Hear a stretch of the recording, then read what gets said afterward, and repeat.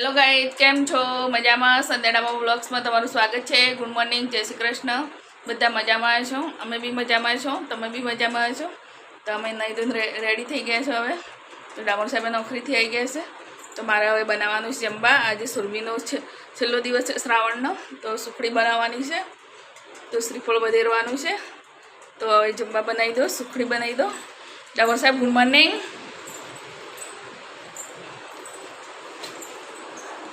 Hello guys, good morning.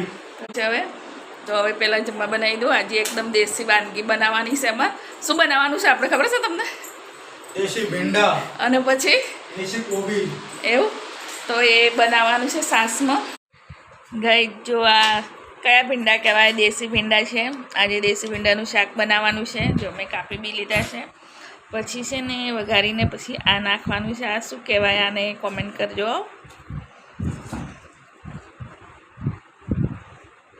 આ કોબી કહેવાય. કોબી શું કહેવાય? આનું મને ખબર નહીં. કોબી જ કહેવાય એવું કહે છે. ભીંડામાં નાખે ને તો પછી વઘારીને ભીંડામાં નાખવાનું, પછી સાસ નાખવાનું, બહુ મસ્ત લાગે. તો આજે આ ભીંડા કોબી બનાવવાના છે અમે, એકદમ દેશી એ મકાઈના રોટલા. તો આજે આ જમવા બનાવવાનું છે. આજે આમાં સુરભીનો છેલ્લો દિવસ છે શ્રાવણનો, તો એનો ઉપવાસ બી છોડવાનો છે. તો બીજું કંઈ બનાવવાનું નથી, ખાલી ભીંડાનું શાક અને મકાઈ રોટલા અને સુખડી બનાવવાની છે, શ્રીફળ ફોડવાનું છે. બીજું કંઈ બનાવવા નહીં, શાક બનાવી દેવાનું છે. તો હવે ચાલો જમવા બનાવી દઈએ. જો ગાય જેમાં દેશી ભીંડા મેં કાપીને મૂકી દીધા છે. અને આ કોબી છે અંદર નાખવાનું, ભીંડા વઘારીને પછી તો એને બનાવવાનું છે. પછી સુખડી બનાવવાની છે, રોટલા બનાવવાના છે. તો ફટાફટ બનાવી દો, તો સુરભી સ્કૂલેથી આવી જશે. મોડું થઈ જાય, શ્રીફળ વધેરવાનું છે હજી. જો દેશી ભીંડા વઘારી દીધા છે. તો હવે બનાવવાના છે મકાઈના રોટલા. તો ફટાફટ મકાઈના રોટલા બનાવી દઈએ હવે. તો આ અંદર શું નાખીશું ખબર છે તમને? કોબી નાખીશું. એ નાખવાનું બહુ સરસ લાગે. પછી સાસ નાખવાની, ભીંડા સડી જાય ને તારે. તો હવે ઢાંકી દઈએ. સુખડી બનાવવા માટે તાસણું મૂકી દીધું છે. તો હવે નાખી દઈએ અંદર ઘી.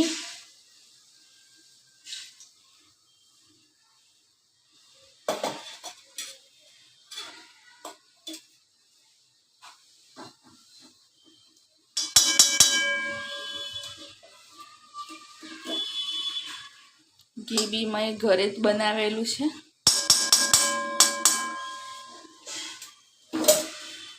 ઘી સરસ ગરમ થઈ ગયું છે. તો હવે લોટ નાખીએ. તો મારવાડી બનાવે એ સ્ટાઈલથી બનાવીએ તો બહુ મસ્ત લાગે. પહેલાં લોટ શેકી લેવાનો.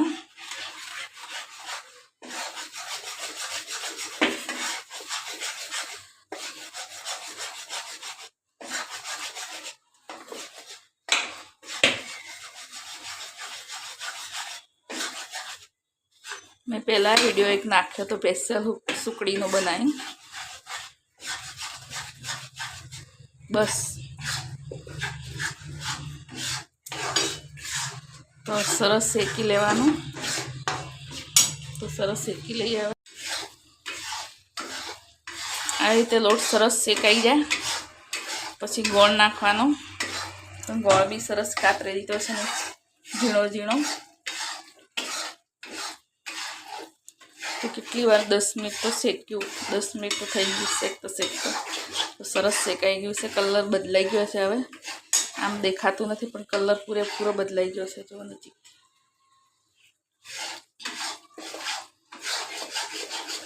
હવે ગોળ નાખી દઈએ. સુખડી બનીને તૈયાર થઈ ગઈ છે ગાઈ. હવે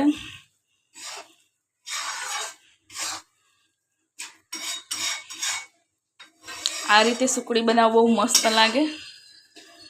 તો હવે થાળીમાં ઘી લગાવી દીધું છે. તો હવે થાળીમાં કાઢી લઈએ પહેલી વાત તો ગાઈ સુખડી સરસ થઈ ગઈ છે. હવે તો ગરમમાં સકતા પાડી લઈએ. તો પછી છે ને ઠંડી થઈ જાય તો ના પડે. સરસ સકતા પાડી દઈએ.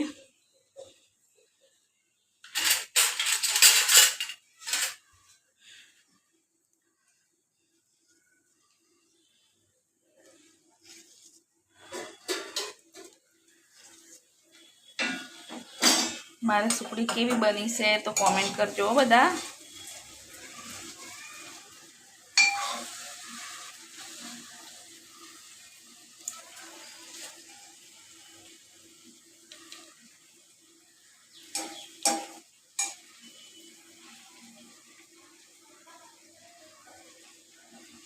મોડા મુક્ત વેરાઈ જાય એવી બનાવી છે. તમે બનાવજો, બહુ મસ્ત આવે.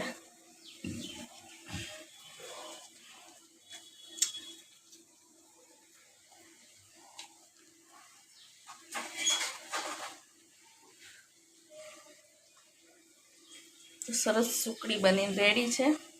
તો હવે થવા દઈએ ઠંડી. તો એટલી વારમાં સુરભી આવીને ત્યાં રોટલા બનાવી દઈએ. મકાઈના રોટલા બનાવવાના છે. તો ભીંડાનું શાક બનાવ્યું છે. એટલે સુરભી અમારે બેસી ગયા છે પૂજા કરવા માટે, દીવાબત્તી કરવા માટે. તો આજે છેલ્લો દિવસ છે શ્રાવણનો, તો હમણાં છોડી દેવાનો છે ઉપવાસ. તો સુરભી બેન કરીશી. સુરભી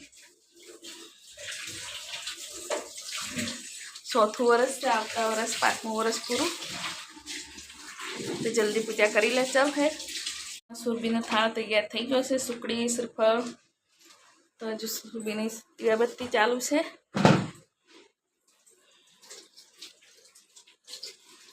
પછી શ્રીફળ વધેર છે. અમારા નાતમાં એવું કરે એટલે અમે કરીએ. સુખડી બનાવે, શ્રીફળ ફોડે, ઉપવાસ છોડી તારે, એટલે આવું બધા કરે એટલે અમે બી કરીએ છીએ. આમાં સુરભીને શ્રીફળ વધરી દીધું છે. હવે ઓવન કરે છે.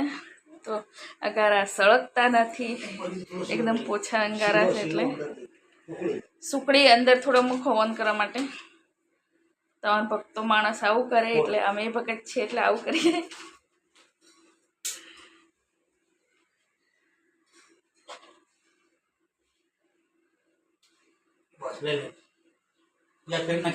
તો ઓવન કરવાનું.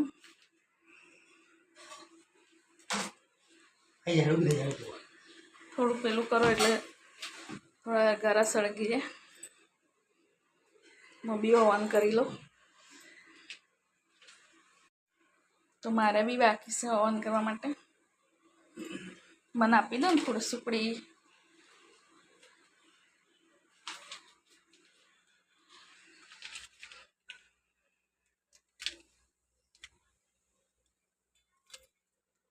મને બી ઓવન કરીને હવે થોડું પવન નાખો એટલે થોડો અંગારા સળગે.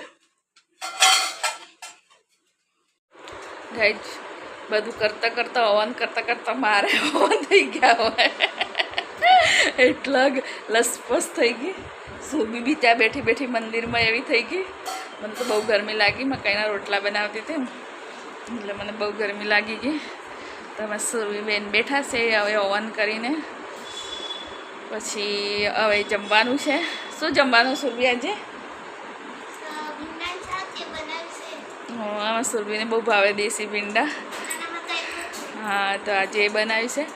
તો હવે જમવાનું ઉપવાસ છોડી દેશે આજે સુરભી. પૂરું થઈ ગયું હવે શ્રાવણ. તો બ્લોગમાં કન્ટિન્યુ રહેજો ગાઈજ. તો ગાઈજ અમે તૈયાર થઈ ગયા છો હવે. રામો સાહેબને 2 જણ બહાર જવાનું છે. ગાઈજ અમે 2 જણ જઈએ છીએ બહાર. શું કામ જઈએ છે રામો સાહેબ? દવાખાને. દવાખાને જવું છે દવાખાને. હવે બંને જણ જઈએ છીએ હવે.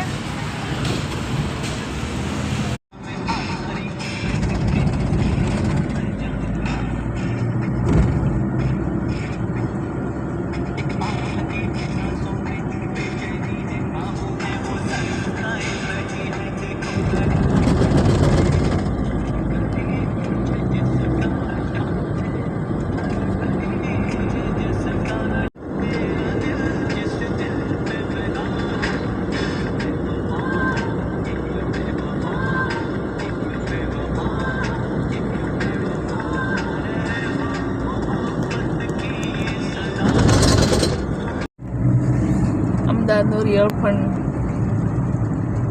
સાબરમતીમાં પાણી આવ્યું હતું, બહુ ઓછું થઈ ગયું છે હવે. જો એટલે બહુ ઓછું થઈ ગયું છે, ચોખ્ખું પાણી જાય છે.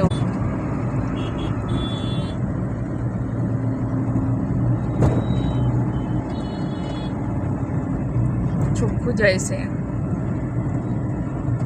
કચરો બધો જતો રહ્યો છે